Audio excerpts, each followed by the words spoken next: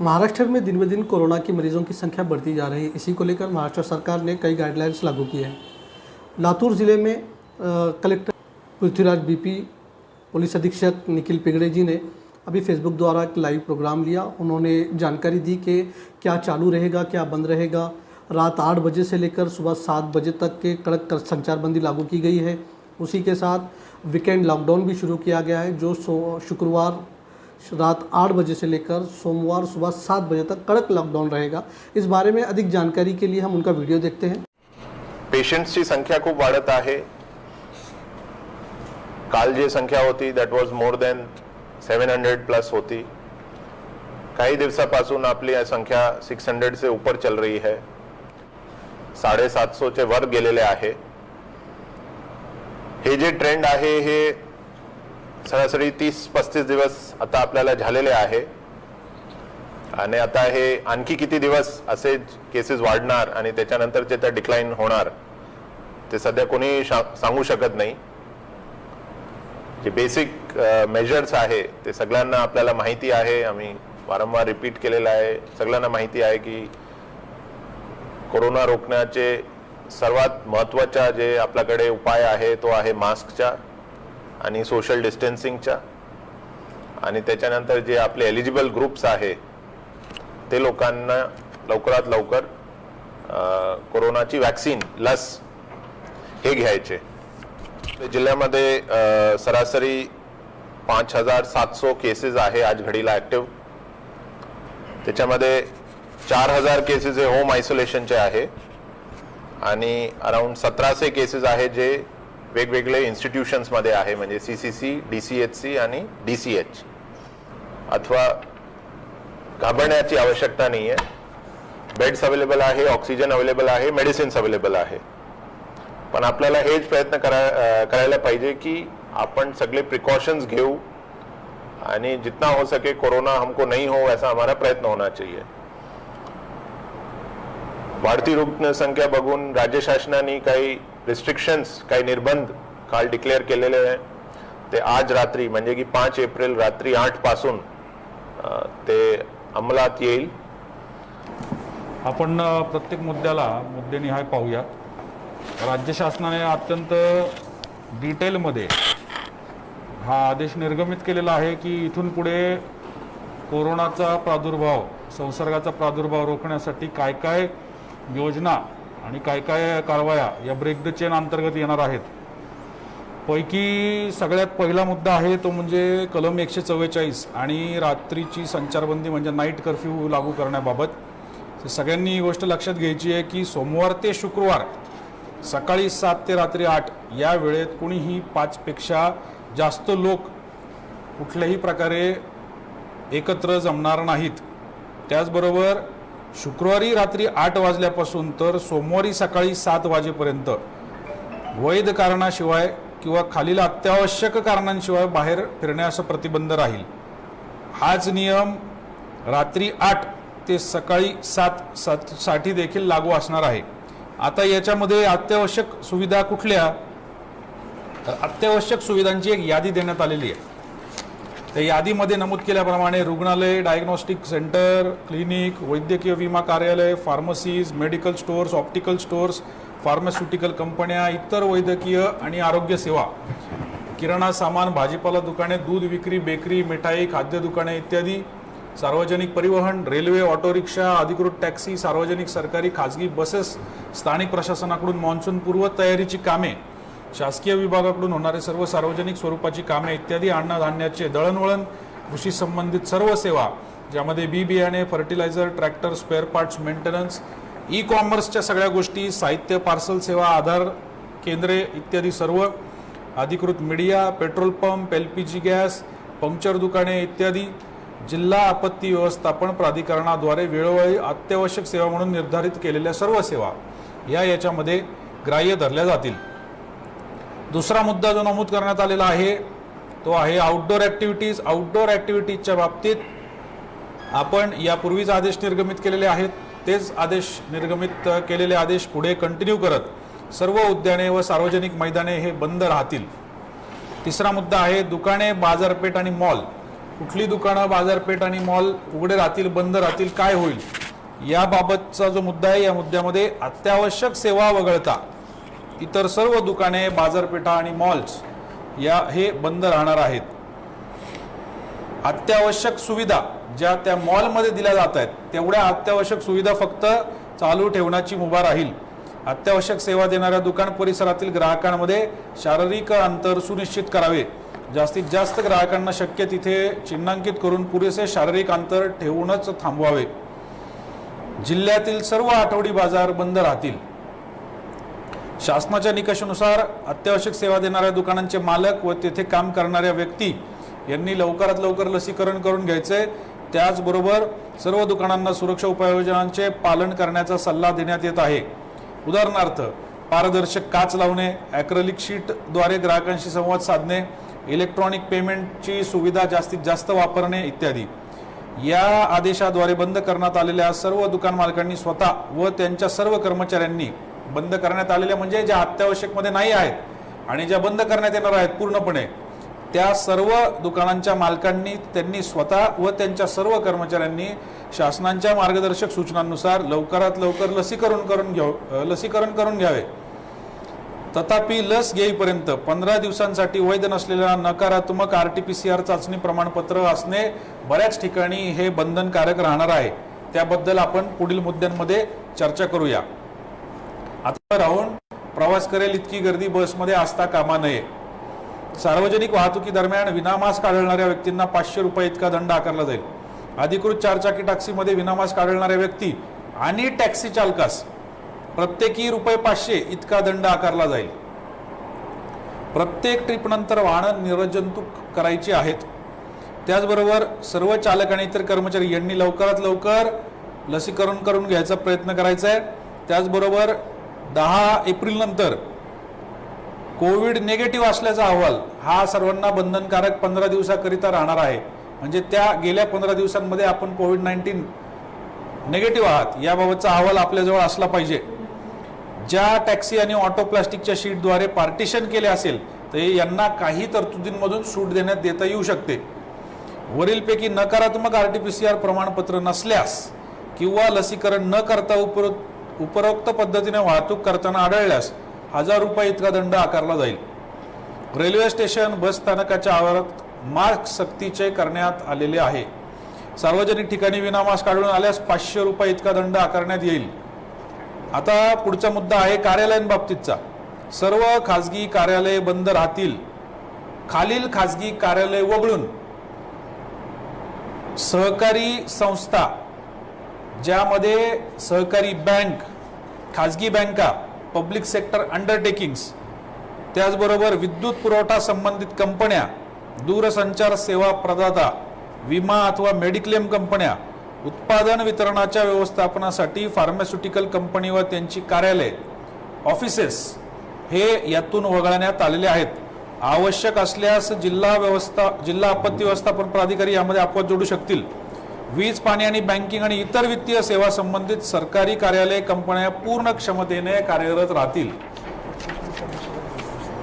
शासकीय कार्यालय तसेच सरकारी कंपन्यांच्या बाबतीत कार्यालयीन कर्मचाऱ्यांव्यतिरिक्त इतर व्यक्तीसोबत बैठकांसाठी फक्त ऑनलाईन पद्धतीचा अवलंब करण्यात यावा. सरकारी कार्यालय तसेच इतर कंपन्यांमध्ये कुठल्याही अभ्यागतांना येण्यास परवानगी दिली जाणार नाही. हे शासनाच्या आदेशांमध्ये, निर्गमित केलेल्या आदेशांमध्ये स्पेसिफिकली नमूद करण्यात आलेलं आहे. तरी गैरसोय होऊ नये म्हणून लवकरात लवकर ई-व्हिजिटर सिस्टीम सुरू करण्याचा प्रयत्न करण्यात यावा.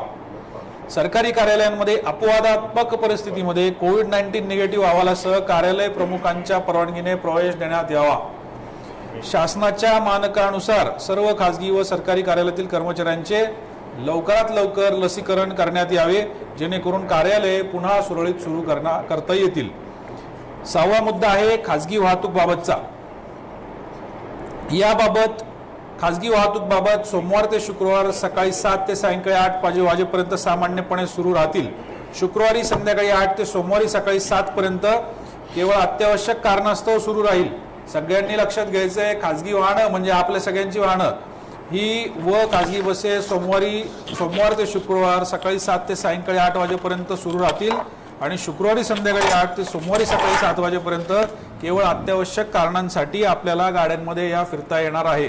याबाबत जर अजून कुठल्याही प्रकारचा आदेश किंवा क्लॅरिफिकेशन निर्गमित करायचा असेल तर तो जिल्हाधिकारी कार्यालयाकडून लवकरात लवकर निर्गमित करण्यात येईल। परंतु आज रात्री 8 वाजल्यापासून शासनाच्या या आदेशांची काटेकोरपणे अंमलबजावणी करण्याची प्रक्रिया ही जिल्हा प्रशासनाच्या वतीने सुरू होणार आहे।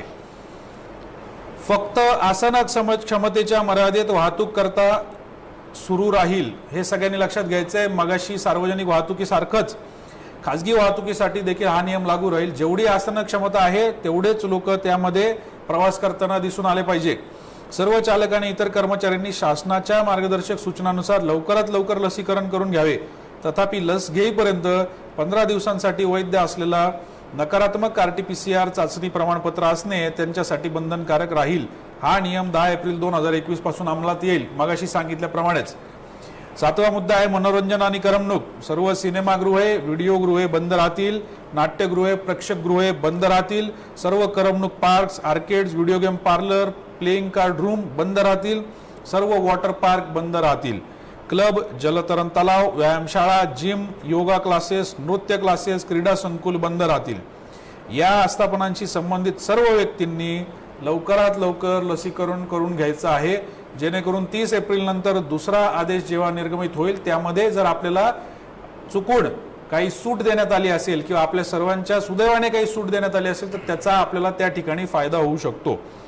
चित्रपट मालिका जाहिरातींचे शूटिंग खालील अटींसाठी परवानगी असेल त्या अटी शर्ती आपल्या आदेशामध्ये नमूद केलेल्या आहेत। मुद्दा क्रमांक 8 आहे रेस्टॉरंट्स बार आणि हॉटेल्स। सर्व हॉटेल्स रेस्टॉरंट्स परमिट रूम आणि बार बंद राहतील। यामध्ये ज्या हॉटेल्समध्ये राहण्याची सुविधा आहे अशा हॉटेल्स मधले रेस्टॉरंट्स हे फक्त आणि फक्त तिथे राहण्यासाठी आलेल्या लोकांना पार्सल सुविधा रूम सर्व्हिसच्या दृष्टीने देऊ शकतील। हॉटेल्स आणि रेस्टॉरंट्स या दोन्ही शब्दांच्या व्याख्येमध्ये फरक आहे, तर तो प्रत्येकाने समजून घेऊन त्या पद्धतीने आपापल्या आस्थापना जी कुठली असेल त्यामध्ये त्या पद्धतीने ते नियम लागू असतील हे सर्वांनी लक्षात घ्यायचं आहे। सोमवार ते शुक्रवार सकाळी 7 ते सायंकाळी 8 वाजेपर्यंत फक्त पार्सल सेवा आणि होम डिलिव्हरीला परवानगी असेल। लक्षात घ्या, सोमवार ते शुक्रवार 8 नंतर तर सगळ्या आस्थापना बंद असणार आहेत, पण सोमवार ते शुक्रवार सकाळी 7 ते सायंकाळी 8 वाजेपर्यंत फक्त पार्सल सेवा आणि होम डिलिव्हरी उपलब्ध असणार। पार्सल सेवा म्हणजे काय, तिथे प्रत्यक्ष जाऊन पार्सल घेऊन येणे, आणि होम डिलिव्हरी हॉटेलचा मालक रेस्टॉरंटचा मालक किंवा एखाद्या खाद्यपदार्थ विकणाऱ्या ठिकाणचा मालक हा स्वतः घरी नेऊन जे देतो किंवा एखाद्या व्यवस्थे थ्रू नेऊन देतो ती होम डिलिव्हरी। तर अशा प्रकारे होम डिलिव्हरी आणि पार्सल सेवा ही सोमवार ते शुक्रवार सकाळी 7 ते सायंकाळी 8 वाजेपर्यंत फक्त चालू राहील। होम डिलिव्हरी सेवेतील सर्व कर्मचाऱ्यांचे तसेच रेस्टॉरंट्स बार येथील शासनाच्या मार्गदर्शक सूचनांनुसार लवकरात लवकर लसीकरण करून घ्यावे।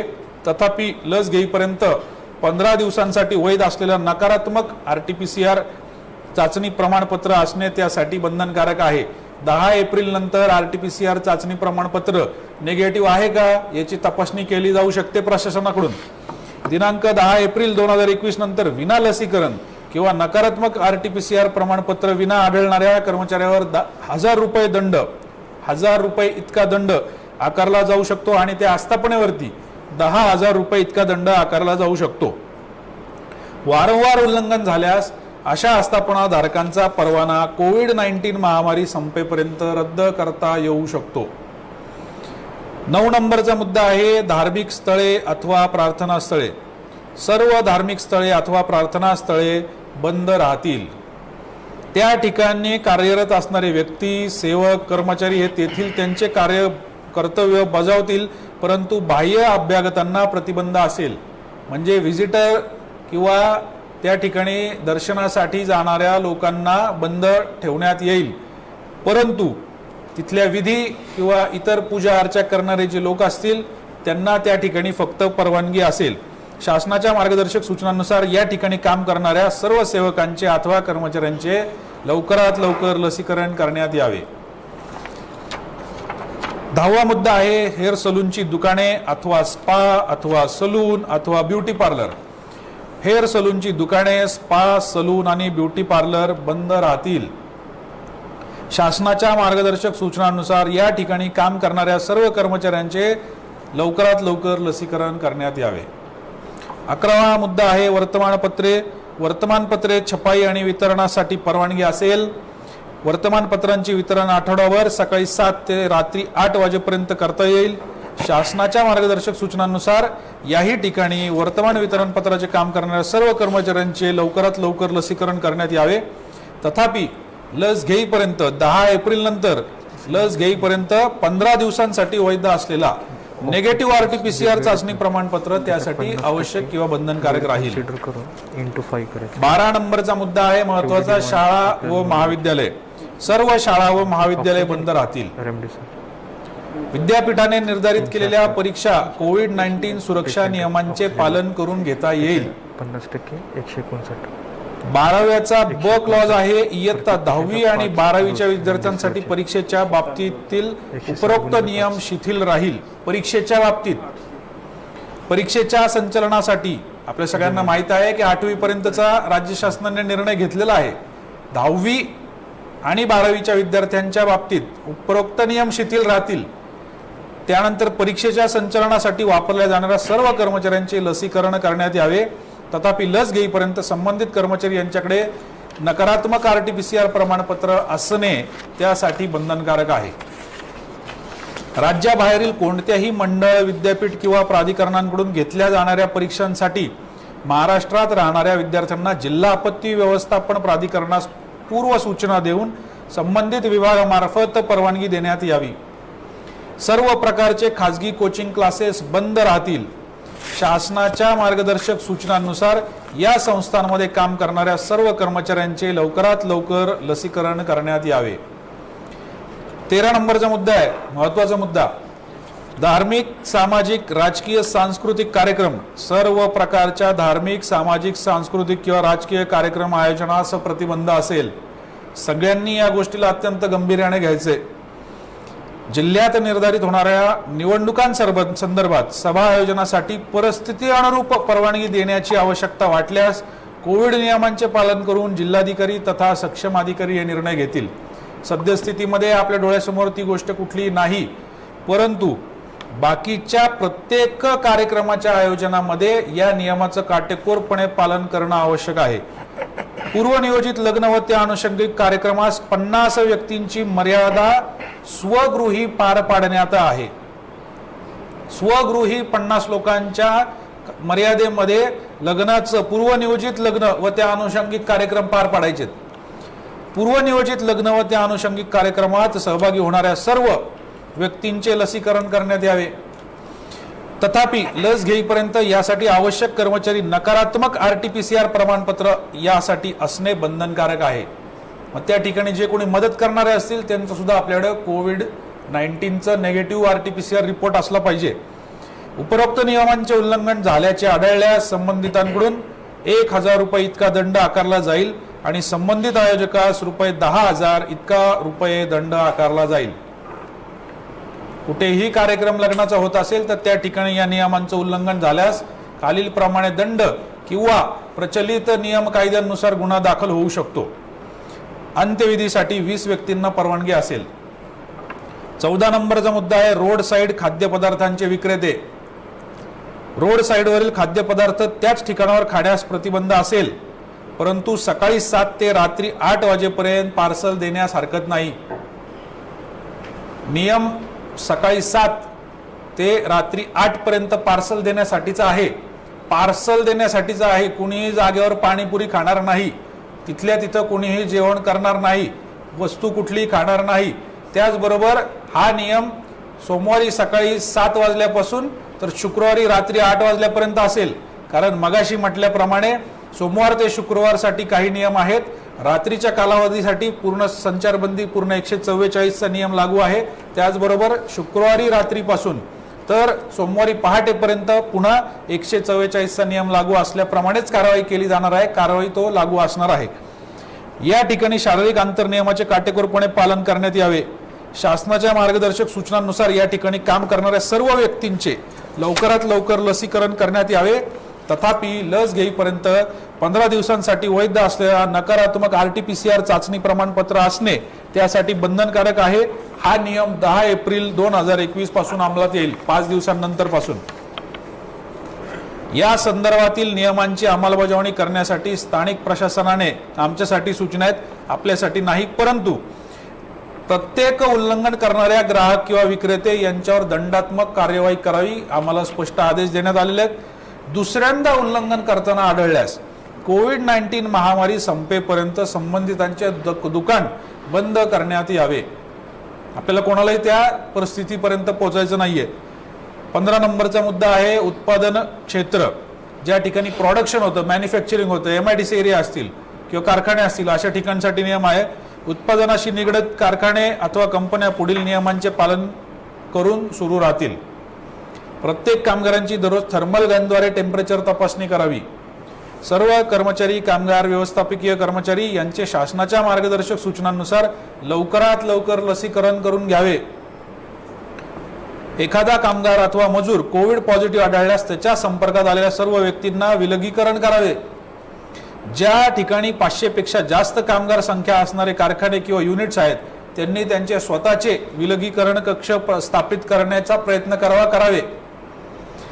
जर एखादा कामगार कोविड सकारात्मक असल्याचे आढळले तर पूर्णपणे निर्जंतुक होईपर्यंत युनिट बंद राहील। सर्वजण एकत्र बसून जेवण चहापान करण्यास मनाई असेल। सार्वजनिक शौचालयाची वारंवार निर्जंतुकीकरण करण्यात यावे। या फॅक्टरीच्या, कंपनीच्या ठिकाणचे सार्वजनिक शौचालय याचं वारंवार निर्जंतुकीकरण करायचं आहे। त्याचबरोबर शासनाच्या मार्गदर्शक सूचनांनुसार या ठिकाणी काम करणाऱ्या सर्व व्यक्तींचे लवकरात लवकर लसीकरण करायचे। लस घेईपर्यंत 15 दिवसांचा वैध असलेला RT-PCR निगेटिव्ह अहवाल कोविडचा हा त्याच्यासाठी बंधनकारक राहील। हा नियम 10 एप्रिल पासून लागू करण्यात येईल। मगाशी सांगितल्याप्रमाणे एखादा कामगार अथवा मजूर कोविड सकारात्मक आढळल्यास वैद्यकीय रजा देण्यात यावी, तसेच त्यांना कामावरून कमी करण्यात येऊ नये व त्यांना वैद्यकीय रजेच्या कालावधीचे वेतन अदा करण्यात यावे। सगळ्यांनी या मुद्द्याकडे व्यवस्थित लक्ष द्यायचे। 16वा मुद्दा आहे ऑक्सिजन उत्पादकांसाठी। ऑक्सिजन वापरणाऱ्या सर्व औद्योगिक प्रक्रिया उद्योग यांचा ऑक्सिजन पुरवठा दिनांक 10 एप्रिल 21 पासून करण्यात येऊ नये। ज्यांना उत्पादन प्रक्रिया सुरू करायची असेल त्यांना ऑक्सिजन संदर्भातील परवाना अधिकारी यांची परवानगी घ्यावी लागेल। सर्व परवानाधारक प्राधिकारी यांनी संबंधित आस्थापनांना दिनांक 10 एप्रिल 21 पर्यंत ही प्रक्रिया बंद राहतील याची खात्री करून घ्यावी। ऑक्सिजन औद्योगिक उत्पादक यांच्या उत्पादनाच्या 80% ऑक्सिजन वैद्यकीय अथवा औषधी उद्देशांसाठी आरक्षित करण्यात येत आहेत। ऑक्सिजन पुरवठा करणाऱ्या उत्पादकांनी दिनांक 10 एप्रिल 21 नंतर त्यांच्या ऑक्सिजन वितरणाचे दैनिक अहवाल सहाय्यक आयुक्त अन्न व औषधी प्रशासन विभाग लातूर यांना न चुकता सादर करायचे आहेत। मुद्दा क्रमांक 17 आहे e-commerce, Amazon courier service, delivery services या सर्वांच्या बाबतीतचा मुद्दा आहे। शासनाच्या मार्गदर्शक सूचनांनुसार या ठिकाणी काम करणाऱ्या सर्व व्यक्तींचे लवकरात लवकर लसीकरण करण्यात यावे। लस घेईपर्यंत 15 दिवसांसाठी वैध असलेला निगेटिव्ह RT-PCR चाचणी प्रमाणपत्र त्यांना बंधनकारक राहील आणि हा नियम 10 एप्रिल 2021 पासून लागू राहील, अंमलात येईल। उपरोक्त नियमांचे वारंवार जर उल्लंघन झाले तर कोविड-19 महामारी संपेपर्यंत कामकाजाचा परवाना रद्द करण्यात येईल।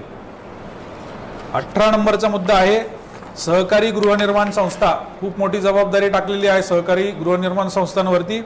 सहकारी गृहनिर्माण संस्था येथे जर 5 पेक्षा जास्त कोरोना पॉझिटिव्ह आढळले तर त्या ठिकाणी सूक्ष्म कंटेनमेंट झोन डिक्लेअर करण्यात येईल। या ठिकाणी इतर व्यक्तीच्या प्रवेशास प्रतिबंध राहील।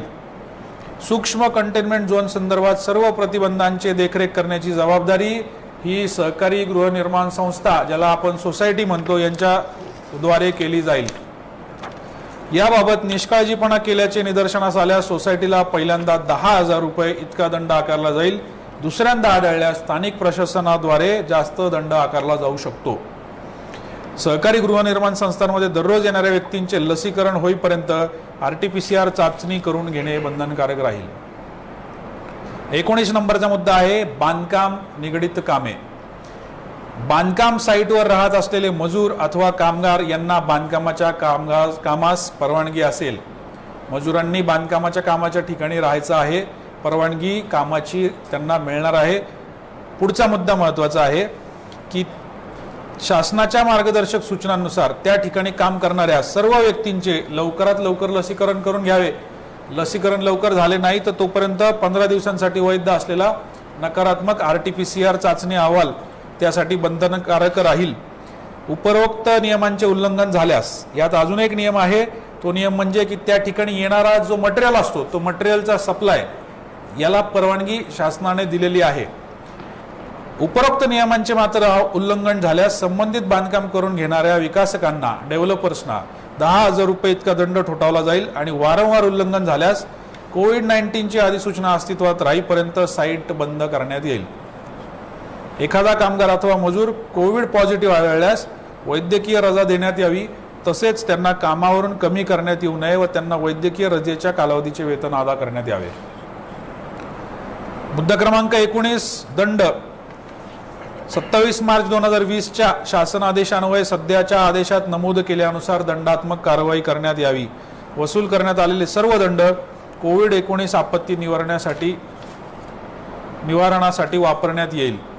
आता सगळ्यात महत्त्वाचं, सदर आदेश हा दिनांक 5/4/2021 म्हणजे आज रोजी 8 वाजल्यापासून रात्रीच्या ते दिनांक 30/4/2021 पर्यंत लागू राहणार आहे. अशा पद्धतीने प्रत्येकाने आपापल्या कामाच्या स्वरूपाला पाहून काय कारवाई करता येऊ शकते, कुठल्या गोष्टींसाठी परवानगी आहे, कुठल्या गोष्टींसाठी परवानगी नाही याची दक्षता घेऊन आपापली कामं पूर्ण करायची आणि ब्रेक द चेन या प्रक्रियेमध्ये सर्वांनी एकत्र येऊन सर्वांनी हातभार लावून आपल्याला या कोविडवरती कसा विजय प्राप्त करता येऊ शकतो याच्यासाठी पूर्ण मनापासून प्रयत्न करायचा आहे. 1-2 प्रश्न विचारण्यात आले होते. इयत्ता 10वी-12वी परीक्षेबद्दल मी सांगितलं तुम्हाला सगळ्यांना. त्याचबरोबर शाळा कॉलेजमध्ये जावे की नाही स्पेसिफिक डायरेक्शन आहेत. शाळा कॉलेज बंद राहतील. Medical representative you all come under essential services. तुम्हाला तुमच्या प्रत्येक कामासाठी कुठल्याही प्रकारच्या अडवणुकीचं किंवा कुठल्याही परमिशनची आवश्यकता नाही. आपलं आय कार्ड सोबत ठेवावं, ते अधिकृत असावं, डुप्लिकेट आय कार्ड नसावं. डुप्लिकेट आय कार्ड वापरले कुणीही तर त्या ठिकाणी इम्पर्सनिफिकेशन या अंतर्गत पर्सनिफिकेशन म्हणजे दुसऱ्याचा एखादा आयडेंटिटी चोरून त्या ठिकाणी काम केल्याचं किंवा वापरल्याचा गैरफायदा घेतल्याचा गुन्हा तुमच्यावरती दाखल होऊ शकतो. त्यामुळं ती दक्षता घ्यावी. हायवेवरील धाबे सुरू ठेवावेत की बंद? 100% बंद. पार्सल सुविधा देऊ शकता. आतमध्ये जर माणसं आढळून आली तर कारवाई होणार. कारवाई झाली की मग अजिबात कोणी रडायचं नाही, आमच्याकडे यायचं नाही. दुसऱ्यांदा कारवाई झाली तर जास्त दंड. तुम्ही सगळ्यांना मी आता नियम वाचून दाखवलेले आहेत. बाहेर गावातील प्रवाशांना अडचण येऊ शकते. बरोबर आहे, मान्य आहे, प्रवाशांना अडचण येऊ शकते, परंतु पार्सल सुविधा जर चालू असेल तर अडचण यायचं कारण नाही. रात्री 8 पर्यंत पार्सल सुविधा तुम्ही देऊ शकता. शनिवार आणि रविवार या 2 दिवशी मात्र कुणीही पार्सल सेवा देणार नाही, कारण पार्सल सेवाच्या नावाखाली आम्हाला कुठलाही नागरिक बाहेर फिरताना आढळून आलेला चालणार नाही. तुम्ही होम डिलिव्हरी देऊ शकता परंतु पार्सल सेवा देऊ शकत नाही. 2 प्लेट पाणीपुरीसाठी कोणीही शनिवार रविवार बाहेर फिरणार नाही. माझ्याकडे 3 प्रश्न आलेले, तिन्हींची उत्तरं मी दिलेली आहेत. प्रश्न असा विचारण्यात आलेला आहे की स्थानिक लेबर लोकांसाठी काय प्रकारची कारवाई करणं अपेक्षित आहे किंवा त्यांनी कशा पद्धतीने काम करायचं आहे. सद्यस्थितीमध्ये निर्गमित केलेल्या सूचनांचं आपण पालन करणार आहोत. ज्या पद्धतीने या ठिकाणी सांगितलंय की काम कुठलंही बंद राहणार नाही, तिथं जर व्यवस्थित नियमांचं पालन नाही झालं तर ते काम बंद होऊ शकतं. त्याच्यामुळं नियमांचं पालन करून काम करत असताना कोणालाही कुठली अडवणूक केली जाणार नाही. याबाबत अजून जर का परिस्थिती काय पद्धतीने पुढे डेव्हलप होते तर ती परिस्थिती पाहून यावरती किती कठोर अजून कारवाई करता येऊ शकते किंवा नियंत्रण आणता येऊ शकतं याबाबत चर्चा करून मग आम्ही निर्णय घेऊन त्याच्यामध्ये नवीन आदेश पारित करू. पण सद्यस्थितीमध्ये कुठल्याही प्रकारे मजुरी करणाऱ्या लोकांना यामध्ये आम्हाला कुठल्याही नियमाप्रमाणे कारवाई करत असतील तर कुठेही अडवणूक करायची काही कारण नाही किंवा आम्ही ती करणार नाही. महत्त्वाचा मुद्दा आहे, बऱ्याच एक्झाम आहेत, फक्त MPSC, फक्त RBI, फक्त 10वी 12वी याच्या एक्झाम नाही, बऱ्याच एक्झाम होणार आहेत. शासनाने निर्देश दिल्याप्रमाणे ज्या ज्या एक्झाम कंडक्ट करायच्या त्या सगळ्या एक्झाम कंडक्ट केल्या जाणार. सुदैवाने अशी कुठली एक्झाम नाही आहे जी फक्त लातूरमध्ये होते. त्यामुळे त्या त्या एक्झामबाबत आपल्याला ऐनवेळी का होईना 100% डायरेक्शन्स येणार आणि ती एक्झाम कंडक्ट होणार. त्याच्यामुळे जे अभ्यास करतायत त्यांनी अभ्यासच करायचा आहे. कुणी हे डोक्यात धरून चालायचं नाही की आपली एक्झाम रद्द होऊ शकते. आपण आपलं काम करायचं.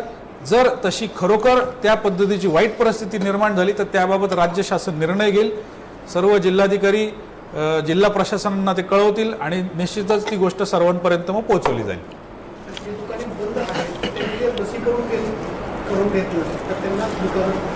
फक्त अत्यावश्यक दुकानं चालू राहणार. अत्यावश्यक मध्ये मी जी नावं वाचून दाखवली तेवढीच दुकानं फक्त चालू. बाकीची दुकानं तशीही बंद आहेत. कपड्याचं दुकान बंद ठेवायचे, चप्पलचं दुकान बंद ठेवायचे, मॉलमध्ये कपडे चप्पल विकणारे सेक्शन्स बंद ठेवायचे आहेत. थोडक्यात अत्यावश्यक सेवा वगळून बाकीच्या सगळ्यांचे सद्यस्थितीमध्ये तरी शटर डाऊन राहणार आहेत.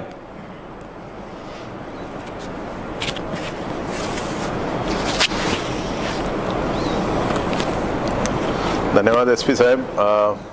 जसं यांनी सांगितलं की काही इश्यूजमध्ये काही अडचण आली तर डेफिनेटली आम्ही ते चर्चा करू, शासनाकडूनही मार्गदर्शन मागू आणि त्याप्रमाणे पुढचा डिसिजन घेणार. त्याच्यामध्ये आता जे 2-3 दिवसापासून एक रेमडेसिवीर इंजेक्शनची अवेलेबिलिटी आणि त्याचा काळा बाजार सुरू आहे असा बरेचसे लोकांचा आरोप होता आणि बरेचसे व्हॉट्सॲप ग्रुपमध्ये पण याची चर्चा चालू होती. याच्याबद्दल आम्ही जिल्हा प्रशासनाच्या मार्फत काय कारवाई केलेली आहे, काय नियम आहे, कशा पद्धतीचे त्याच्या मॉनिटरिंग सुरू आहे त्याच्याबद्दल डिटेल्स देण्यासाठी आपल्यासोबत आमचे डिप्टी कलेक्टर आहे श्री गणेश महाडिक आणि त्यांच्यासोबत फूड अँड ड्रग ॲडमिनिस्ट्रेशन अन्न आणि औषध विभाग याचे इन्स्पेक्टर श्री बुगाडे हे पण आहे. तर हे आपल्याला रेमडेसिवीरमध्ये काय सध्याच्या सिस्टम काय आहे, त्याची ते मॉनिटरिंग कसं करत आहे आणि काही त्यांनी कारवाई सुद्धा सुरू केलेली आहे तर त्याच्याबद्दल ते आपल्याला डिटेल्समध्ये सांगणार. रेमडेसिवीर औषधाचा पुरवठा सुरळीतपणे व्हावा यासाठी जिल्हा प्रशासनाकडून पुरेशी खबरदारी घेतली जात आहे. आज रोजी शासकीय यंत्रणांकडे साधारणतः 5200 रेमडेसिवीरचा स्टॉक शिल्लक आहे आणि ज्या खाजगी मेडिकल शॉप्स आहेत त्यांच्यावर साधारणतः 1000 रेमडेसिवीरचा स्टॉक शिल्लक आहे. खाजगी जे मेडिकल्स आहेत कुठल्या मेडिकलकडे किती स्टॉक आहे हे सुद्धा आम्ही फूड अँड ड्रग ॲडमिनिस्ट्रेशन ऑफिसकडून सर्व नागरिकांपर्यंत ही माहिती आम्ही पोहोचवलेली आहे. याच्याशिवाय जे होलसेलर औषध विक्रेते आहेत त्यांना आम्ही रायटिंगमध्ये सूचना दिलेल्या आहेत. त्यांच्याकडे असणारा जो रेमडेसिवीरचा स्टॉक आहे तो त्यांनी प्रामुख्याने कोविड हॉस्पिटलच्या डिमांड लेटरनुसारच वितरित करायचं आहे. कोणत्याही परिस्थितीमध्ये होलसेलर आहेत त्यांनी रेमडेसिवीर औषधाची किरकोळ विक्री करायची नाही आणि हे सुनिश्चित करण्यासाठी जिल्हा प्रशासनाकडून पथक गठीत करण्यात आलेले आहेत आणि रोज हे होलसेलर विक्रेते आहेत त्यांच्या शॉपची तपासणी केली जाते. काल तपासणी करत असताना 2 होलसेलर विक्रेते आम्हाला असे आढळून आले ज्यांनी विनापरवाना रिटेल विक्री केलेली होती, विनापरवानगी विक्री केलेली होती. तर अशा होलसेलर जे विक्रेते आहेत त्यांना आम्ही आज नोटीस काढलेली आहे. त्यांचा खुलासा घेऊ. जर तो खुलासा असमाधानकारक असेल तर आम्ही त्यांच्या विरोधात नियमानुसार कारवाई करतोय. याच्याशिवाय जे कोविड हॉस्पिटल्स आहेत खाजगी कोविड हॉस्पिटलला रेमडेसिवीरचा पुरवठा सुनिश्चित करण्यासाठी आम्ही राज्य स्तरावरती जे डिस्ट्रीब्युटर्स आहेत त्यांचे कॉन्टॅक्ट नंबरही आम्ही दिलेले आहेत. हे खाजगी कोविड हॉस्पिटल डायरेक्टली ह्या राज्य स्तरावरचे जे डिस्ट्रीब्युटर्स आहेत त्यांच्याशी संपर्क साधून आपली मागणी नोंदवू शकतात आणि त्याच्यानुसार खाजगी कोविड हॉस्पिटलमध्ये रेमडेसिवीरचा जो पुरवठा आहे तो सुनिश्चित केला जाईल. आपल्याला सांगितलेलं आहे की त्यांनी 2 डिस्ट्रीब्युटरवर कारवाई सुद्धा केलेली आहे कारण की त्यांनी जे नॉन डेझिग्नेटेड कोविड हॉस्पिटल्स आहे, म्हणजे की खाजगी दुकान त्याच्यामध्ये त्यांनी विक्री केलेली आहे. आता थोडा रेमडेसिवीरच्या पूर्ण राज्यामध्ये थोडाफार शॉर्टेज आहे, त्याच्यामुळे प्रायोरिटी आम्ही तेच हॉस्पिटल्सला देणार जे कोविडमध्ये आमच्याकडे रजिस्टर्ड आहे. 21 हॉस्पिटल्स आहे जे आपण कोविड ट्रीटमेंटसाठी सिव्हिल सर्जननी त्यांना मान्यता दिलेली आहे. तर प्रायोरिटीवर आम्ही जे जिल्ह्यामध्ये रेमडेसिवीरच्या जे सप्लाय होणार ते स्टॉकिस्ट मार्फत हे रजिस्टर्ड कोविड हॉस्पिटल्स यांना सप्लाय करणार. जे पण याच्याशिवाय आणखी काही प्रायव्हेट हॉस्पिटल्स जर ते कोविडच्या ट्रीटमेंट त्यांनी करायचे तर कृपा करून अगोदर सिव्हिल सर्जनकडे तुम्ही ॲप्लिकेशन देऊन रजिस्टर व्हा. आम्ही तुमच्या नाव यादीमध्ये घेऊ, तुमची जे डिमांड आहे ते डिमांड पण घेऊ आणि ते कंबाईंड डिमांड आम्ही फूड अँड ड्रग डिपार्टमेंट यांच्याकडे पाठवू. पण जसं मी अगोदरही सांगितलेलं आहे की गव्हर्नमेंटकडे सफिशियंट अमाऊंटमध्ये रेमडेसिवीर अवेलेबल आहे. कुठल्याही गव्हर्नमेंट हॉस्पिटलमध्ये याच्या तेवढा शॉर्टेज याच्या नाही. म्हणजे कृपा करून आजपासून फॉलो करा. कारवाईची वेळ नाही आनी चाहिए आपके पास. कोरोनाचे केसेस वाढत आहे, डेफिनेटली वाढत आहे, चिंताचाही विषय आहे ते. पण जसा जे केसेस ऊपर जाते हैं त्याचप्रमाणे केसेस खाली पण येणार. तर आपल्याला ते होप कायम ठेवायचे की लवकरात लवकर आपल्या जिल्ह्यामध्ये त्याचा डिक्लाइन सुरू झाला पाहिजे. त्याच्यासाठी आपण सगळ्यांनी सहकार्य करायला पाहिजे. सगळ्यांनी नियमाच्या काटेकोरपणे अंमलबजावणी केली पाहिजे आणि प्रशासनाचे सगळे इनिशिएटिव्सला आपल्याला सहकार्य करायला पाहिजे. आई थिंक अब हम क्लोज करेंगे. जो भी आपके डाउट्स हैं हमने कोशिश किया है वो क्लियर करने का. फक्त अलर्ट रहिए. पॅनिक आणि घाबरण्याची कुठलीही आवश्यकता नाही. कुठल्याही प्रकारचा आपल्याकडे तसा प्रॉब्लेम नाही आहे. पण अलर्ट राहण्याची मात्र खूपच गरज आहे लातूरमध्ये. तोच आपण हे कोरोनाला डिफीट करू शकणार. थँक्यू.